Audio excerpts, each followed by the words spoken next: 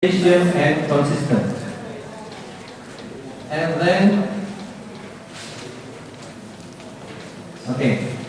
amanah means professionalism, reliable, committed, and high responsibility to support leaders, colleagues, subordinates, and society. And then after that, Fakultas, intelligence, problem solver, wisdom from Allah, and so on. And there are some research about this. For example, theoretical research about work motivation, internal effectiveness of organization, organizational culture, work motivation, and performance. All of them are related to the level of prophetic leadership model. And then, from practical side, there are some research also about how to increase problem-solving skills, change perceptions on corruption, and also committed to teach and managerial skills. I was the examiner at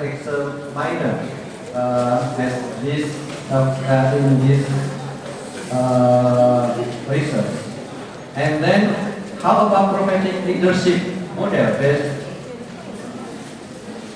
on organization? Again, like I said before, that I am the director of organization and human resource management, and I have some experiences how to implement this model. For example, this is the basic, the background, and then this is the model. The first one, ethical organization, then the upper level is professional organization, and the highest level is a leading organization. Okay. About ethical organization, what does it mean? Moral exposed in main achievements and strategic goals. I was the consultant of medium finance organizations in Central Java. It's not far from Borobudur Temple, the place that tomorrow you will go to visit.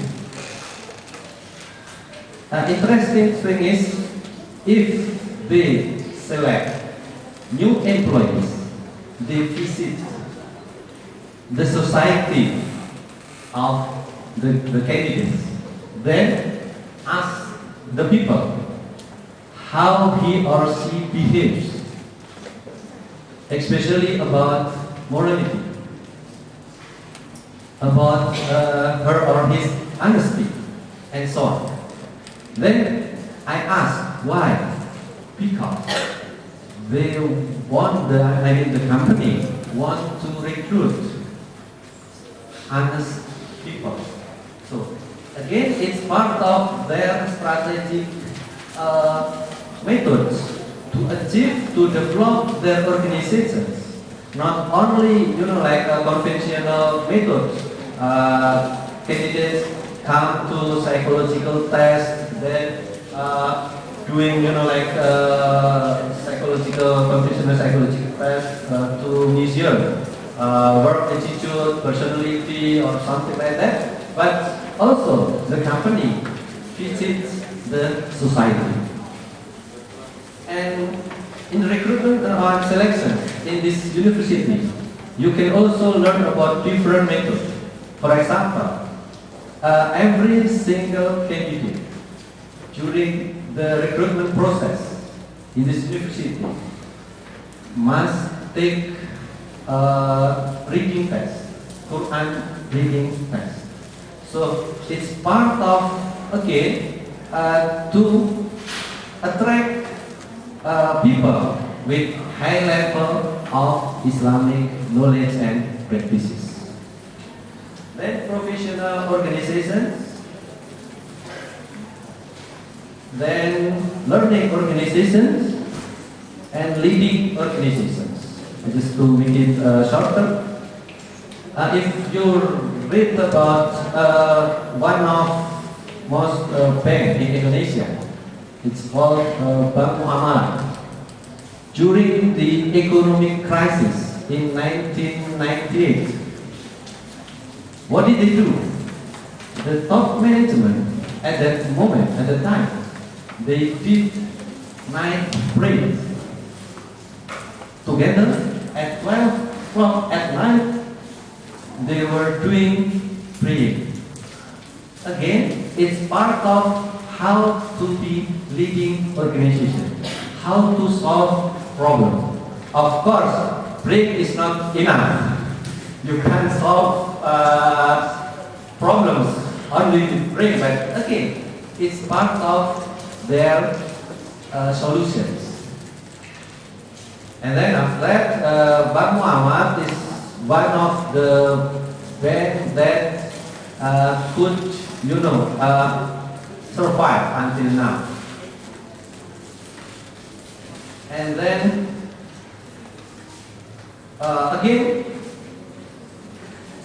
the pyramid is not quite new actually. It's similar with, if you see, ethical organization by Swan and Gavin, 2010 and other.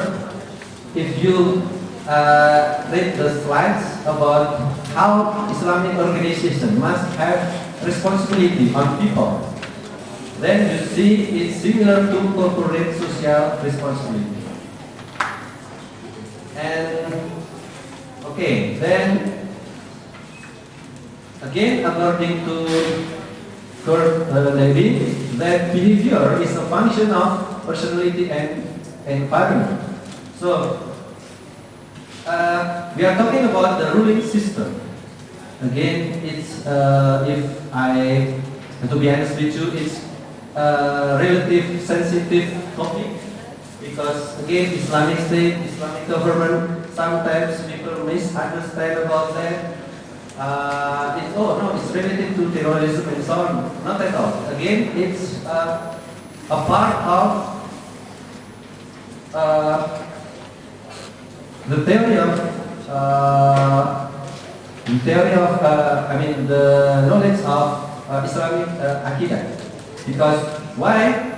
Like Professor Ma has explained, that the government is a significant factor on developing entrepreneurships in China. So, then the ruling system, this one. Like I said before, that in Islam, Islam is not a dogmatic religion. It means that, of course, Muslim people have to follow some rules.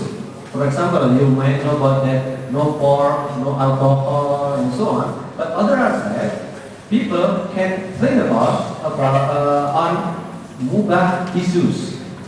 I mean, for example, it's similar to traffic rules.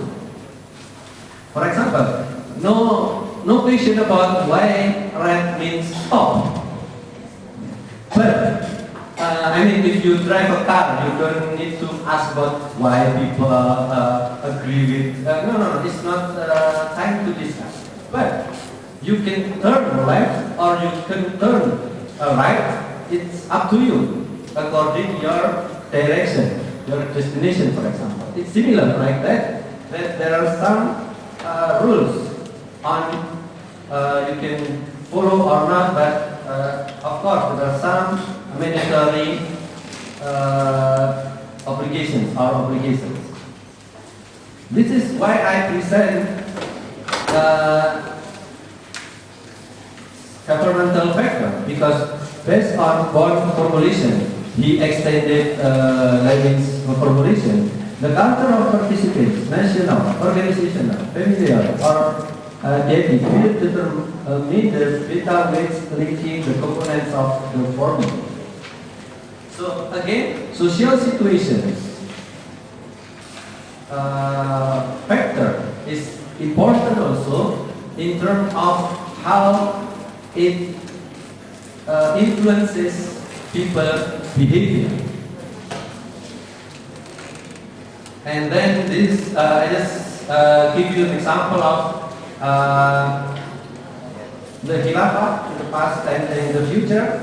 That if you see this one, economic, ruling, social, judicial, education policy, foreign policy, and so on,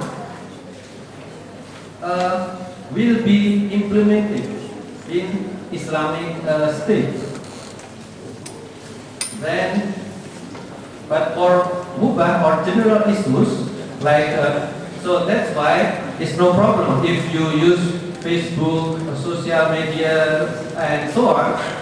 It's no problem as long as you use in a good manner. And some people are afraid of minority rights. Back to the Khilafah era, even Christian citizens of the Khilafah fought alongside Muslims armies against during the war, and they were happy under Muslim rule. Again, I would like to say to Professor Manem, it's relatively sensitive topic at the moment. Again, I'm talking about this one because we believe that behaviors can be understood from individual perspectives, organizational perspectives, and governmental perspective as well. And then this is just explanation about the ruling system. And again, back to corruption issue, that the difference between democracy, for example, at least in Indonesia, and Islamic state is that there is no need to political investigation. Like, unfortunately, at the moment, I think more than Pak Sus knows better than me that many political leaders in the jail, they are in jail because of corruption. One of the things why they behave like that, because of elections. Political elections are costly in Indonesia. That's why they have to pay, and then some of them they do corruptions and so on. Again, conclusion: the teaching of Islam are the integration of the material with the spirit that encourages the actions intended for the comments and prohibitions of Allah. Again, the actions, not so far from here in this room. If you see the women wearing like that, and people maybe give smiles all times, not all times, of course, but why maybe they are good people, but maybe the reason behind that is different based on their obligations to the obey our comments of Allah. Then again, I'm welcome for collaboration research as well as our students, both at postgraduate level and undergraduate, and also from practical experiences. Also, we can share about how our model, our research interest can be shared among us. That's my presentation. And again, this slide says, thank you very much for your attention.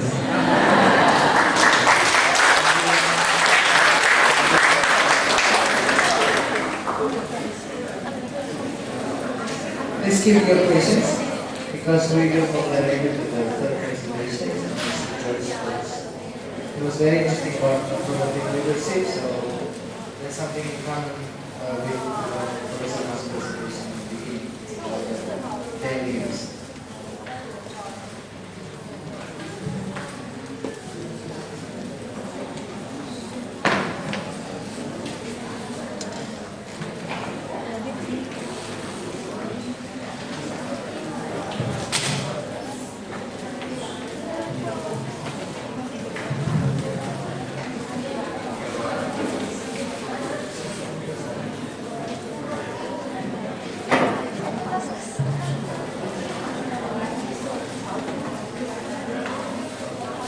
we have your attention, please? Thank you very much. To Mr. George first, the floor is yours. Thank you very much. I know we have about 20 minutes more for the lunchtime. So let's see if we can move very quickly. I talked to be on communication and culture, and I'd like to thank faculty of psychology and social science for hosting this event along with their new partners at Dijon. So, before we begin, I say thank you. I thank you to the university, but to our co-speakers, as well as you for being so attentive in this event. That said, I think it's time we begin. Now, my job is working with English. You've all seen this, right? What are they saying? Hello, how are you? And what do people say when they say hello, how are you? Okay. For the next 10 seconds, we're going to change this. We're not going to say fine, thank you.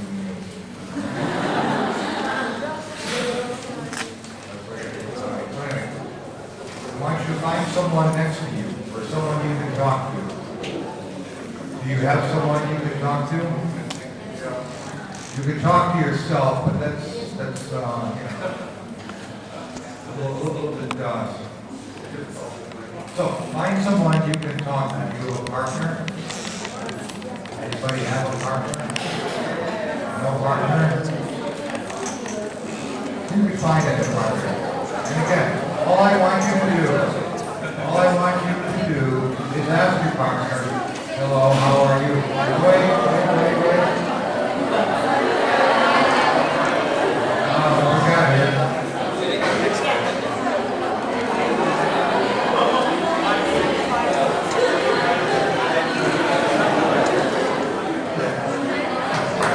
All right, 1, 2, 3, eyes on me.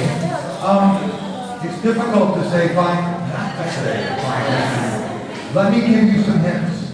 This is what people would say in British culture, American culture. When you hear hello, how are you? You could say this. Okay. Super. Couldn't be better. Can't complain. Fair to mid language in Chinese is what? MAPRO. Fair to mid language. All right.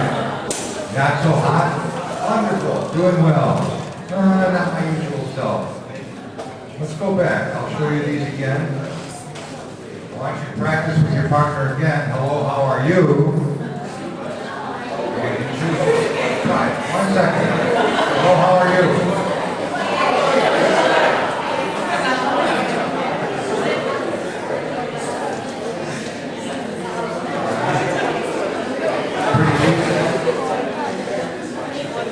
Better, wonderful.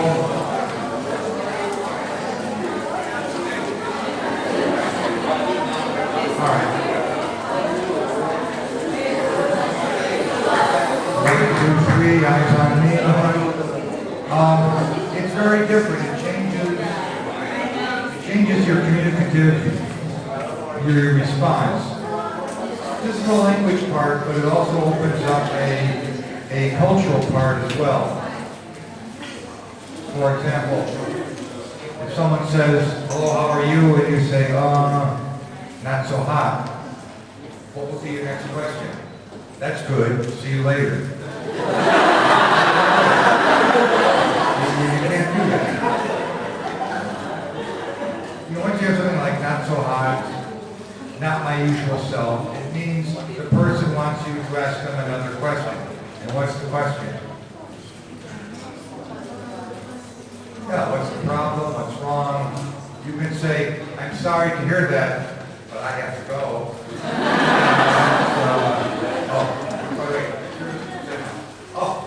I'm sorry to hear that, but my phone, I have to answer my phone. So, you have to remember, when people say that they're going to continue a conversation, it has a language aspect and a cultural aspect. But I just wanted you to think about other ways to say, how are you? It's very easy. What's language? It's how we communicate. You share your concerns, your experiences, and communicate to the next generation. That's why language is powerful. Okay, it's how we can communicate. Transmit it through learning, through universities, down through primary schools. It's symbolic. In Chinese, you have ideographs. Bahasa Indonesia, or in Bahasa Jawa, you have the script. American English, you have the Roman alphabet. Symbolic. And humans can communicate beyond the present. Very important. We can talk about the future. I don't think other animals can talk about the future, such as horses, cows, chickens. They can't talk about it. We can talk about the future. So, when we talk about culture, anthropologists study language in the context of culture. This becomes important. Let's go back a bit. Language populations. The largest spoken language and written language in the world is not English, it's Chinese. Very easy. There's at least, this is old information, there's about 1 billion speakers of Mandarin Chinese, or users of Mandarin Chinese. English is only about 400 million. So this will give you some idea of language populations. This gives you some idea of native speakers. Now the one contrast here, of course, is the English has 400 million native speakers, but like yourselves and like our native speakers, there are 1 billion additional speakers. So what that means, doing mathematics, there are 4 times more non-native speakers of English than there are native speakers. I think in that sense you can look at English as a language for not only industry, business and trade, also for leadership, technology, and so forth. Your correspondence will not be with me. There's 4 times as many speakers of English in this room that have studied and used English. So keep this in mind. Your communications with your colleagues from other countries, from China, and from Indonesia. Now, I want you to show this very quickly. Some people talk about this. It's called focal vocabulary. Focal vocabulary influences your perception. Some people want to argue. It's the area of language that changes most readily. For example, where is this? This is in the north. What is he making? A house of ice. Anybody know what this house is called? It's called an igloo. I-G-L-O-O. Doesn't matter. How many words do people in the North Eskimos have for snow? They probably have about 50 words for snow. You'll see this changes. How many words in Bahasa Indonesia for snow? 1. Yes, right. In the U.S., we say snow, or we say light snow, heavy snow, big snow, small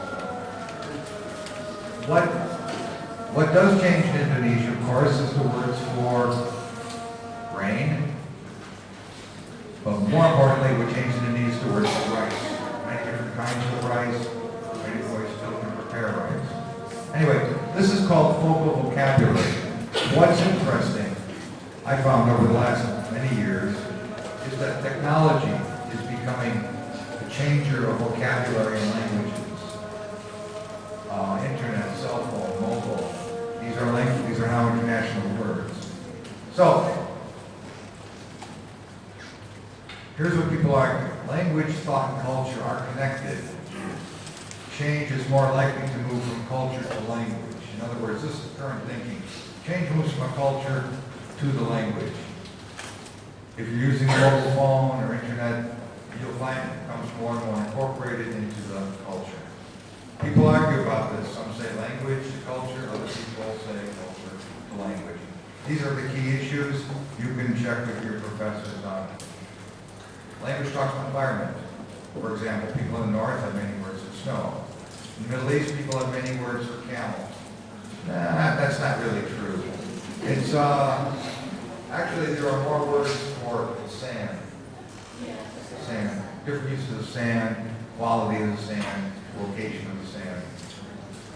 So be careful here. Words exist to extinguish differences.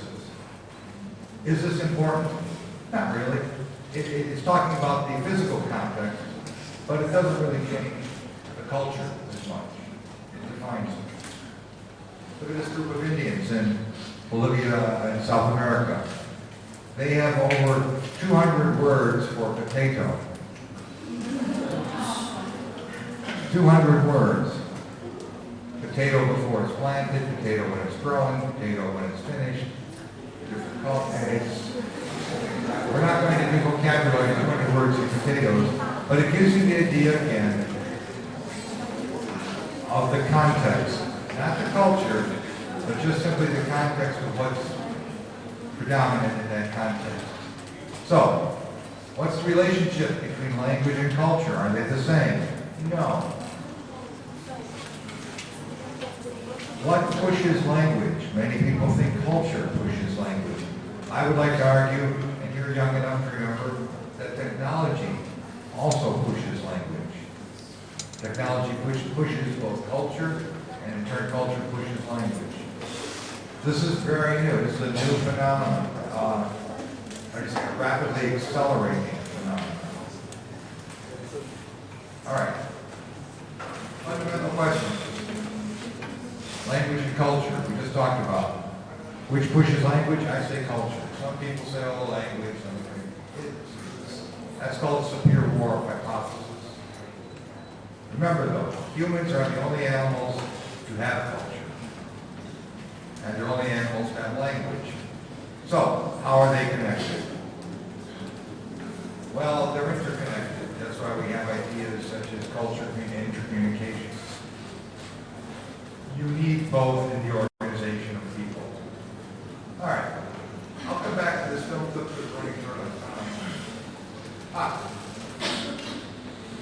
I'll show you one example of culture. If I can find it here. In the U.S., we have, in many countries, people celebrate Christmas, right? Christmas is a big holiday. Holiday for business, holiday for everybody.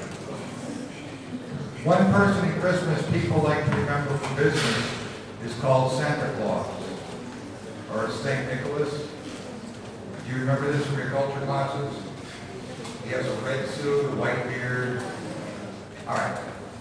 Well, what's interesting is what happens if people have never seen Santa Claus. What's the problem?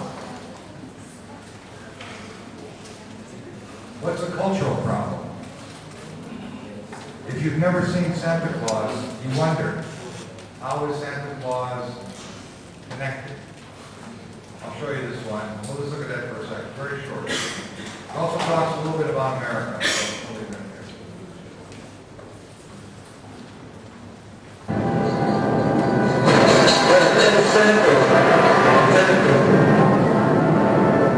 And how does it connect with the person of Jesus Christ? I think many of us have so many things.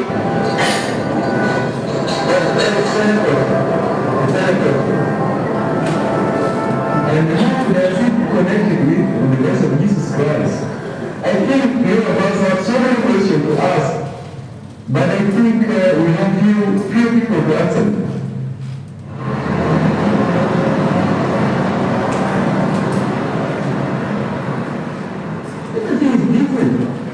Everything is different.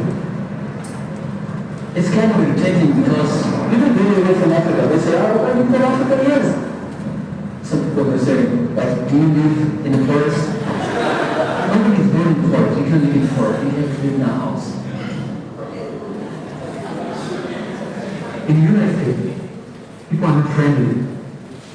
You can find somebody working in the street by example, they don't even talk, you know.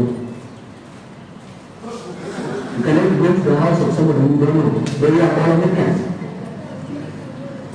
You call the police and say, this guy comes from the house, and they don't know. But in Sudan, they can ask you, are you members? Are you working this place? They can ask you.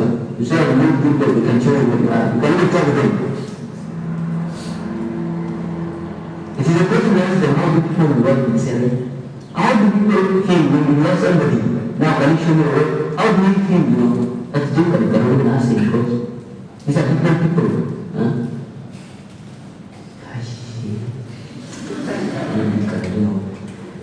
you're going to dislike it.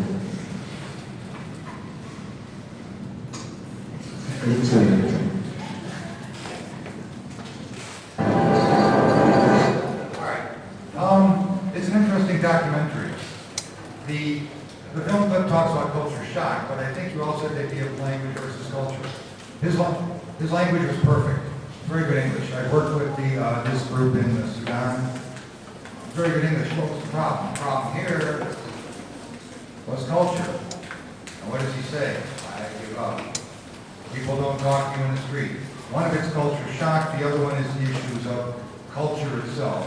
I want to show you some differences between language and culture. This was an issue of culture. This is taken from a movie, a documentary movie on refugees who come from the South Sudan. All right, anyway, moving along here, let's go on. So, culture. Values, beliefs, norms, learned and shared. It helps us make our thinking, decisions, and actions in a patterned way. Very easy. This in turn also deals with the idea of some of the topics we've talked about today, be it vertical democracy, prophetic leadership, SMEs, small and medium enterprise growth. It's a cultural reflection as well. We could talk about organizational values if we have time. Now, some people think language shapes the world we live in, or the culture we live in. I think it's culture that pushes language. It's technology that pushes culture. One aspect, technology is the culture in turn drives the language. Some people, though, think simply a warp. If you want to follow this theory, language shapes the way we think and view language. People are still talking about it, but it's not really used that much to determine it. Severe warp, language controls culture. Language shapes, but does not restrict thought. Be careful here, people. This is a hypothesis. You will hear this. This is people talk about this. However, cultural and technological changes can produce changes in thought and language. In other words, the whole idea of technology and internet is very much contrary to severe warp. So be careful here, people are. I believe this part here, cultural and technology, changes produce changes in thought and language. We'll come back to that. Severe warp, think otherwise. This is much discussed. All right, so language and culture interrelated. It's a gate. Language by itself does not guarantee cultural understanding, but it helps by having these conferences, these changes, working together. This promotes cultural understanding. By using English by itself, it's important for communication, but for cultural understanding, you need much more. Fluency in a language is not the same as fluency in a culture. So, same idea again. Some people talk about transcultural, and this is where young people are involved. Transcultural is the movement between cultures. Self and others are involved in change transition. Globalization and technology make many of you transcultural. You can function, you can work in many different cultures. 30 years ago, this was not common. With use of technology and globalization, you find many more ideas on the idea of transcultural communication, or what they call third culture items. It's an old idea, but it's only starting now that people are thinking about it again. It was done by a gentleman from Cuban, Fernando Ortiz, in 1947. Anyway, think about the idea of transculture, especially with globalization and technology. So, language barrier. What stops us from using the language? Some words and some nonverbal. Okay? If I'm talking like this, no one's going to ask me questions, I guarantee it. That's nonverbal. Verbal, of course, are some words which are difficult or challenging. These are the two aspects to language barrier, we call it. How about these two words? Suppose you hear, what do you mean? How would you translate that? you hear what do you mean? Let me show you. What do you mean I don't understand and I want you to explain. What do you mean? This means you haven't been clear. What do you mean? Because I don't understand the language very well, I'm unable to follow your meaning. Please repeat. So when I hear what do you mean, I have three different, I have to really try to understand. I have to ask again to be sure. Look at this phrase, I don't understand you. I hear this. I don't understand you. What does that mean? I don't understand the words we use. I don't understand your pronunciation. What you are saying is contrary to my understanding. I think you mean something else, so I need you to clarify. Your messages, nonverbal and nonverbal, are not complete. Go back. These two are very complicated items. What do you mean I don't understand you? You need to paraphrase, you need to clarify. All right? What's the easiest question to ask? Suppose I ask you, do you understand? What will you tell me? Yes, teacher. Think about it. Okay, let's look at these. These are questions in English, but look how different they are in your own language. How are you? Have you eaten? Where are you going? These questions mean different elements if I hear them. And if you hear them in different languages, they mean different things. They also have different values. So again, look at language, look at culture. And when we talk about this, the most important part here is when living languages change. And I'll talk about the impact of technology on language. English, we invent new words all the time. Blog. Now it's a verb. I blog, you blog, we blog, we all blog. All right. 5 years ago, this word did not exist. Also changing English, just so you know. Gender is changing. Gender is shifting, disappearing. Fireman becomes firefighter. Chairman, chairperson. Workman, worker. Postman, letter carrier. Here's one. Air hostess. Stewardess. Now what do you hear? Your flight attendant. You don't hear me. Poetess. Poet. He, you say he or she. This has changed over the last 30 years. It's changing again. Gender is moving out of the language. Yep. Technology. Blog by blog. French logiciel.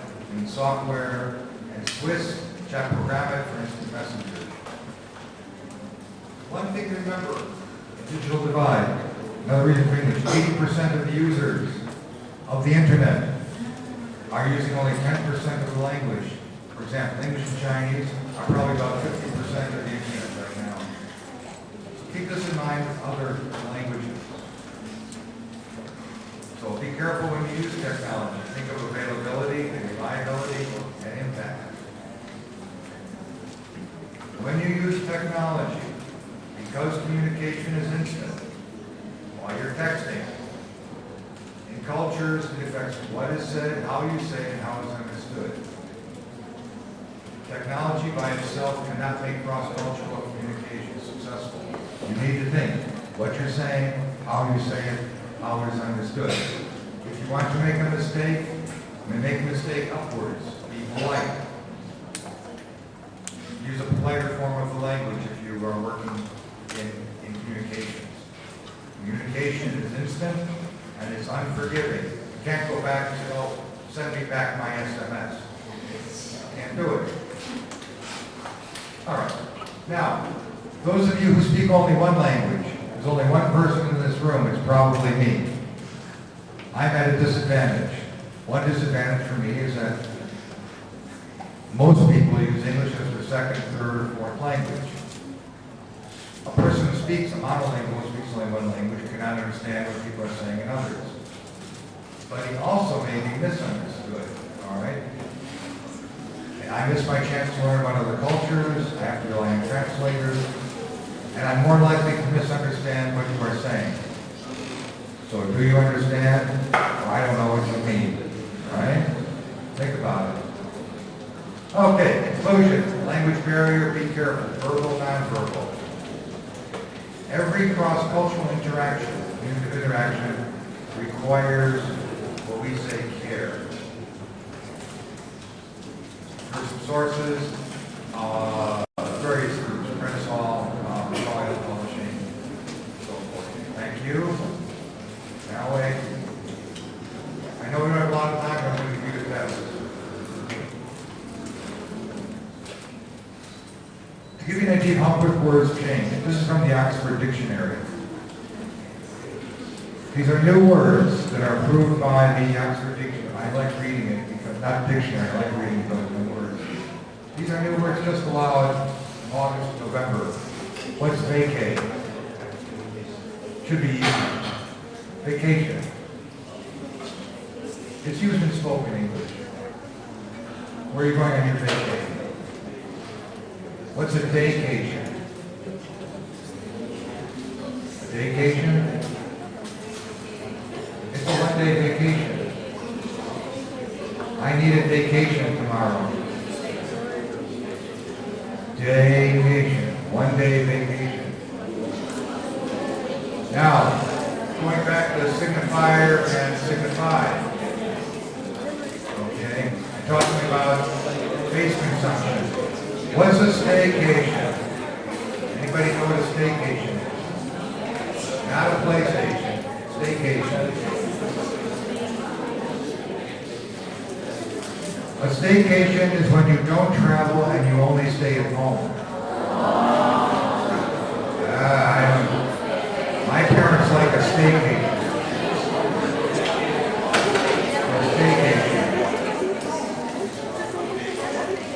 So keeping these are new words in English. You'll hear them, see them. Let me do one more. What is, all right people, 1, 2, 3, eyes on me. We've got 2 more minutes here. We're looking at culture. We talked about, it's interesting how culture is pushing this. Vacation, staycation, vacay. All right, it's changing many cultures. Here's the big one. What is the Internet of Things? Does anybody know what this means, the Internet of Things? Yeah. This is where every electronic object is able to receive and send data. Everything. From your microwave to your toaster to your microphone. Send and receive electronic data on the Internet. This is coming. People are talking about it. It's called the Internet of Things. Finally, when you get this message from your professor, what can you tell them it means? TLDR. Or you can send this to your professor, but you'll get in trouble. TLDR. Anybody know what this means? TLDR means your message was too long. TLDR, too long. I did not read it. TLDR, too long. I did not read it.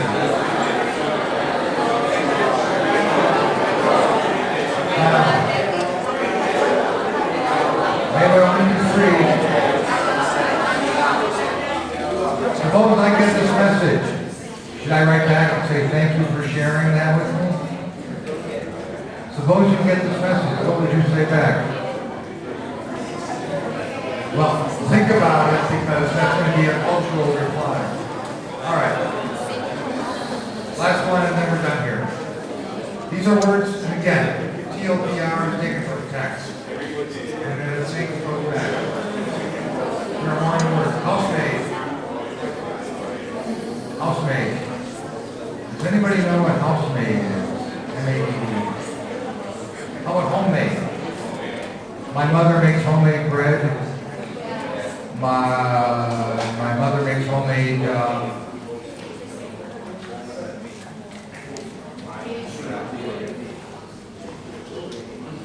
No, when you... Sambal. My mother makes homemade sambal. House-made is when it's done in a restaurant. You should try this restaurant mix and juice, mango and orange. It's house-made. So it's made only at this restaurant. People are using this more and more for food. House-made. House-made rather than imported. Hackable. Let's go back to the internet. What's hackable? Able to be hacked. Many students use an easy password, which is hackable.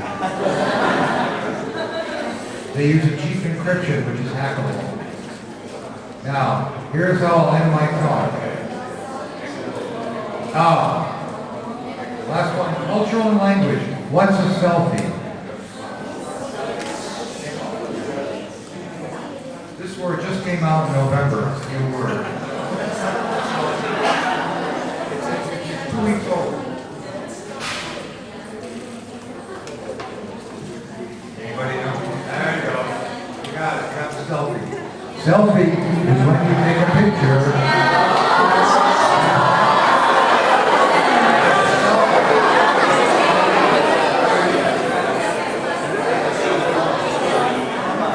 Too much selfie does not make you interesting. Okay? You care on yourself. So, we talked about language. We talked about culture.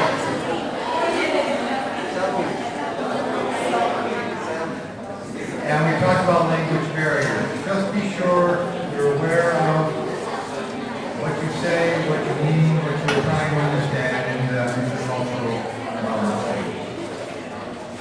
So be careful with your selfie, eat house-made food, be sure your password is not hackable. And finally, if you want to study something by yourself, where do you go now? You go to a MOOC. What's a MOOC? Okay. MOOC, how do I get this? It's a massive, open, online course. Massive, free for everybody.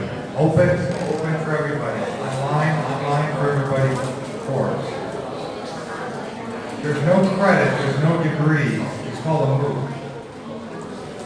These have become very, very popular. So you can study anything you want with a MOOC. All right. I think with that, I think we're good. Let's go at 12 o'clock. I just wanted to say thank you again. Now, anyone more? What do we got there? I applaud your patience. Let me just show one more element. Now, we talked about culture. We talked about in terms of leadership and in terms of SMEs, small, medium-sized enterprises, or democracies. Most people think of culture from the heart. I want to show you some reviews of culture from the heart.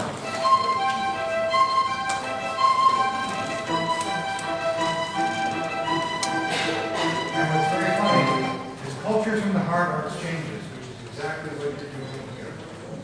The faculty of psychology and social and cultural and Zhejiang University. It's exchanges.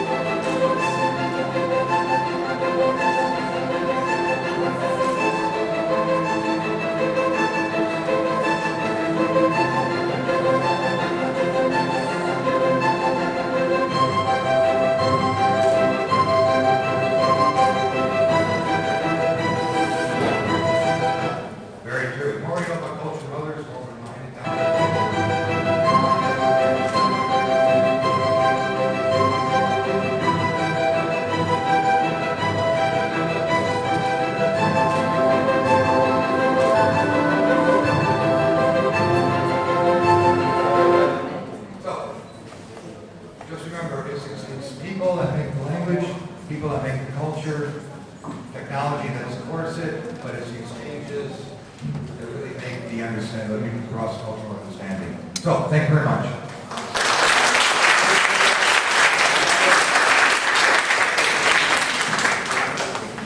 Thank you, George, for the last presentation. Actually, we have overtime. It's overtime, but maybe we can do like 5 minutes Q&A. I know it's impossible, but we can extend the question and answer during maybe lunchtime or somewhere else. Please. So it's only 5 minutes, so maybe just direct your questions, and you can address your question directly to one of the speaker or maybe three. Please raise your hand and your question. Yes, please.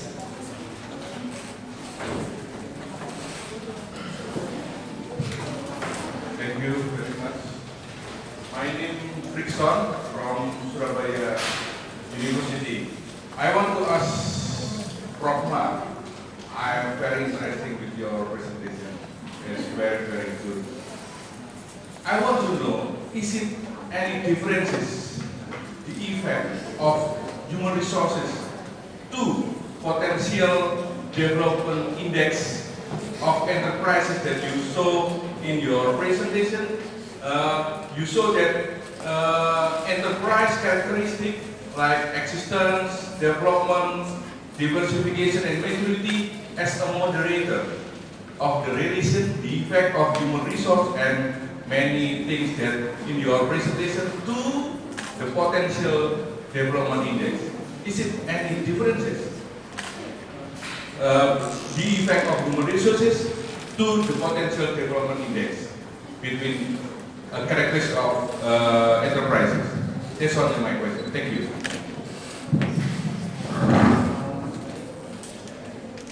In the index of the,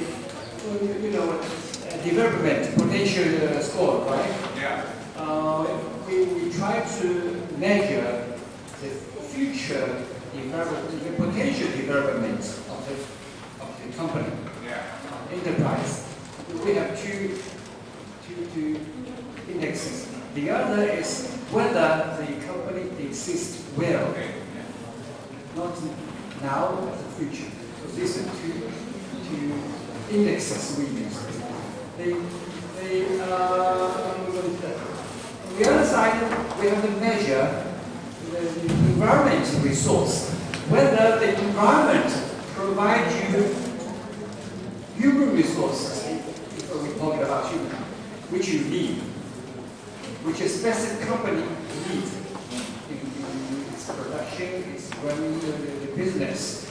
But it does not mean what the company itself already has. So, for example, if the company wants to set up an R&D department in a countryside, in a county, they cannot find the right person. Although there are plenty of labor in the market, they cannot find it simply. So that's the environment supply. Environment supply, together with the company, whether you can take the resource, determine the company whether it can develop better. So that is the model. So not only the supply of human resource, but also whether you can hold the human resource within the organization, which is also very important. So that's the reason why I propose the second phase for the resource and its utilization. It is combined, we make assessment of that.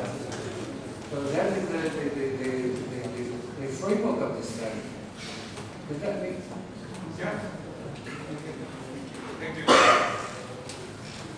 Another question?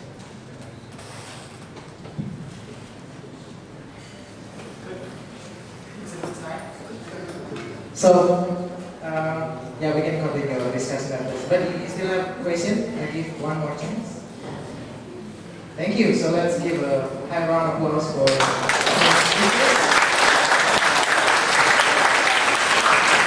I'm not going to conclude anything because actually we are talking about same topics. It's about culture. And we are exchanging it here in this forum. So thank you very much for your attention. And back to the MC. Assalamualaikum warahmatullahi wabarakatuh.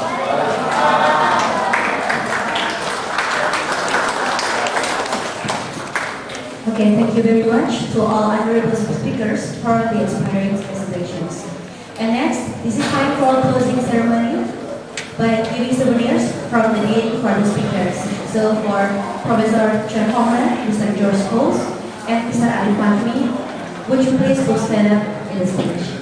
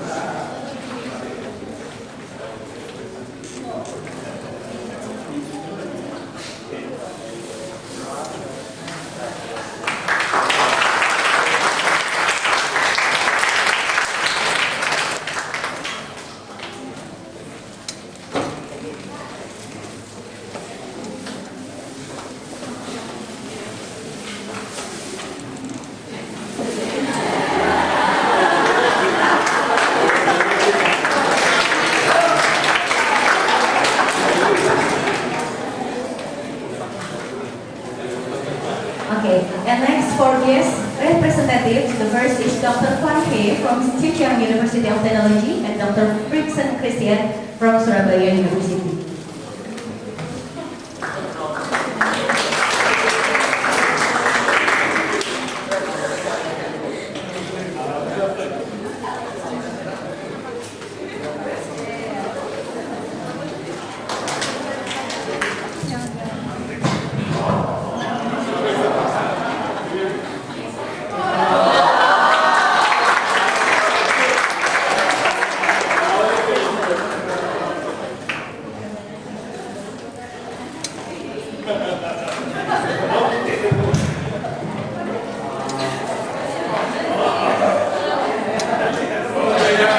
There is a souvenir from Surabaya University for Islamic University. Professor Yusri sent a greeting for Mr. Sus and anybody here. Be happy.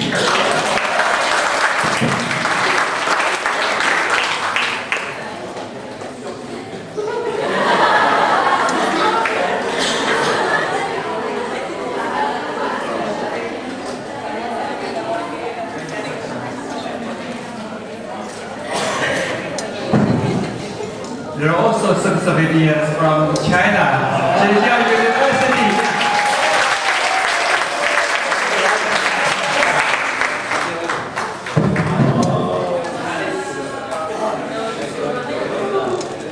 So guys, now it is open.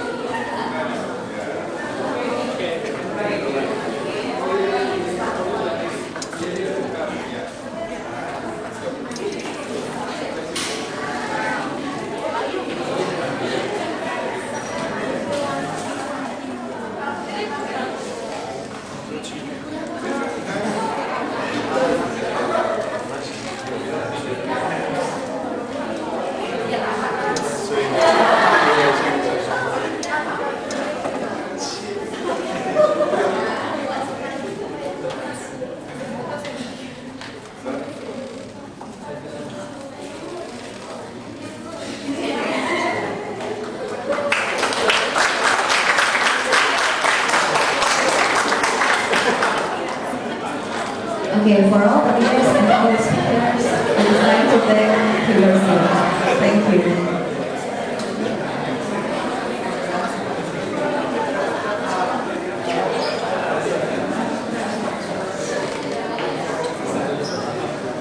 Okay, ladies and gentlemen, this is time to end the seminar. Let's pray humble together for expressing our gratitude. Thank you very much for your attention, and inshallah we will meet again on other occasions. Wassalamualaikum warahmatullahi wabarakatuh.